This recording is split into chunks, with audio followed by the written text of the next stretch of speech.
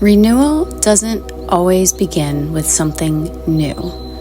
Sometimes it's born from what we already have. Old paper, flour, water, a little time. Simple ingredients transformed into something beautiful. As I shape these ghosts and pumpkins, I'm reminded that renewal is a process, a slow layering, a letting go, a soft becoming. Just like these forms take shape with patience and care, so do we. This season invites us to remember that creativity is a kind of healing. Each brushstroke, each tear of paper, a quiet act of renewal. You don't need to buy something new to feel refreshed. You can make it with your own hands. You can feel it in your breath. You can live it. One small, sacred moment at a time.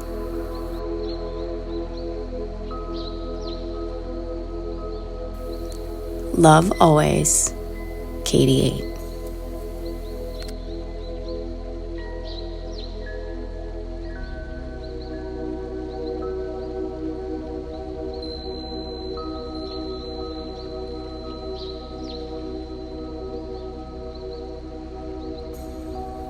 In the last video, we made an origami box that can be used for just about anything, transforming a simple sheet of paper into a useful object. Can be a magical process. Recently, while visiting my mom, I noticed a little paper mâché box I had made for her in the year 2000. That's 25 years ago.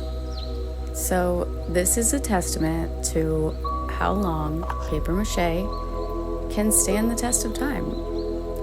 I put this box together myself using cardboard and then homemade paper mache. And it is quite sturdy.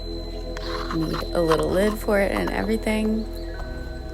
And today we're gonna make a pumpkin out of the same materials. So basically with the tools of paper mache, you can make just about anything. Let's make a little Halloween magic using some everyday objects you may find just around your house. So we have some flour, some starch, some pieces of fabric, balloons, little pieces of paper, and we're gonna start with the starch ghosts.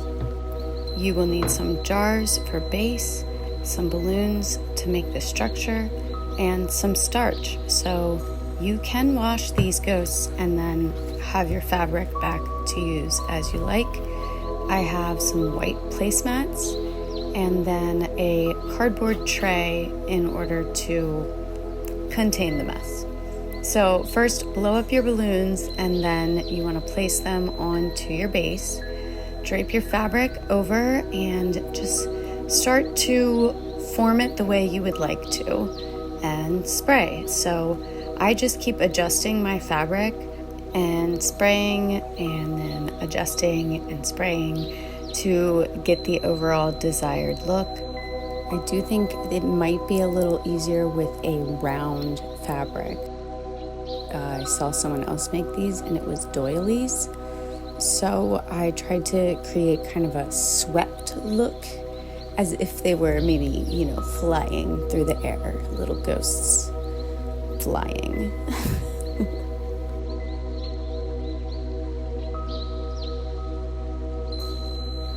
Okay, next up, paper mache pumpkin. I started last year. Yeah, okay. Anyway, so this also began with a balloon. And I'm not going to be showing you that part in the video because I don't really want to do it again. It was pretty frustrating. If I make another paper mache pumpkin, I will do it a different way. But basically, I put string around the edges of the pumpkin, or the balloon, to form the pumpkin shape. And that was the most difficult part, putting the string around and getting it to stay and be placed. But as you can see, it mostly worked. There's some things I do want to fix about this guy, so he's just a little project in process.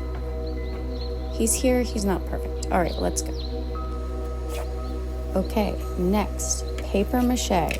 Flour, water, paper, cardboard, whatever thing you want to use as your medium.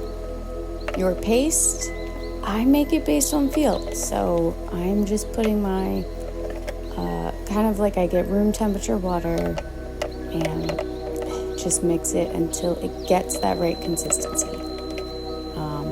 You'll see I just kind of keep adding some of each until it is feeling good.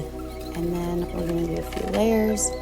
I have a very thin packaging paper, and you just want to remove the excess. You do not want it to be too wet putting it on, because then it will take forever to dry. So just removing some of the excess as you apply. It does dry pretty quickly if you don't have it be too wet. This is the last layer, and then I will do some painting. We'll see how long it takes me to finish that step. Next up, salt clay ghosts. Okay, so this is kind of experimental. We're using the flour again, the water again. We put salt in the water and dissolved it. And then I am adding these as an experiment. And you will find they don't work. So I'm not even going to tell you about them. We're not going to talk about them because they don't work. So basically, we're just going to speed this process up. So a salt dough is basically the same ingredients as paper mache, but you just make it thicker. So you have more flour than water, and it does get pretty sticky and messy. I think maybe it was even stickier because of adding the other two ingredients that did not work. So essentially, I usually have baked salt dough in the past, but I didn't bake this item because of adding those, and I'm not sure if that's why it began to crack.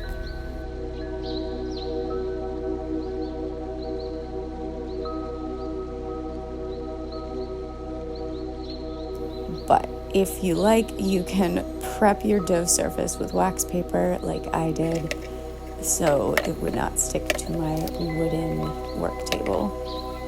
And you can see here, it's very sticky. Again, I'm just not measuring. I'm just adding more flour till it is that dough consistency. More and more and more flour until it's not as sticky. Once you have formed a dough with your flour and water, you can begin to roll it out and form, really whatever you like. Basically, for a ghost, I'm just going to roll it out and flatten it into like a pizza type creation. Once I had a decent sized little pizza, I used another kind of smaller balloon and stand to drape this ghost, and just continued to kind of pull the dough and form it. So this was actually a really fun process.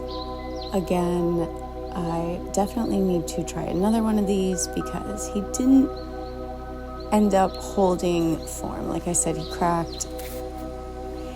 I am using, actually, I think it's a nail tool tip for doing your nails, to create little eyeballs. Again, there's probably any number of ways or tools that you could use. I'm just using something I have, not getting anything new.